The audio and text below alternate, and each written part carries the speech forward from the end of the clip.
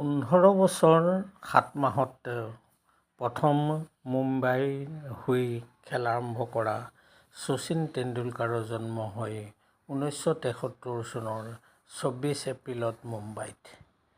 সেইজন ব্যক্তি আজি কাজিৰঙাত। মই শচীন তেণ্ডুলকাৰে কৈছোঁ।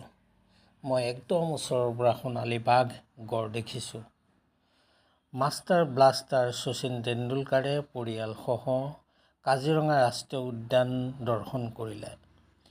মঙলবাৰে তথা 8 এপ্ৰিল 2025 তাৰিখে ক্ৰিকেটৰ ভগৱানজনে উদ্যানৰ অন্তৰ্ভাগত জীপ ছাফাৰী কৰি বিবিধ বন্যপ্ৰাণী স্বচক্ষে প্ৰত্যক্ষ কৰি আনন্দত আত্মহাৰা হৈ ক'লে, কাজিৰঙা দৰ্শন কৰিবলৈ আহক, এয়া মই চাই আছোঁ।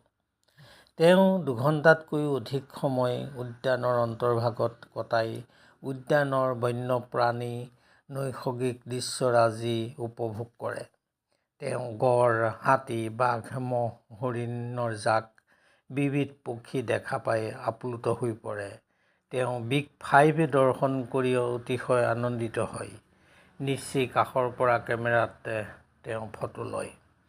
তেওঁ বন শিবিৰৰ বনকৰ্মীৰ উপৰিও মহিলা বনকৰ্মীৰ সৈতেও মত বিনিময় কৰে।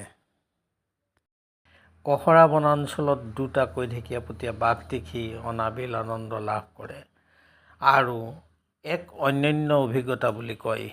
কাজিৰঙাত তেওঁ সম্পূৰ্ণ অসমীয়া থলুৱা খাদ্য যেনে চুঙাত দিয়া কুকুৰা, পাতত দিয়া মাছ, শাক, বৰটেঙা, আলু পিটিকা, অমিতা বুটৰ খাৰ, খাৰলি সহ দিনৰ আহাৰ গ্ৰহণ কৰে।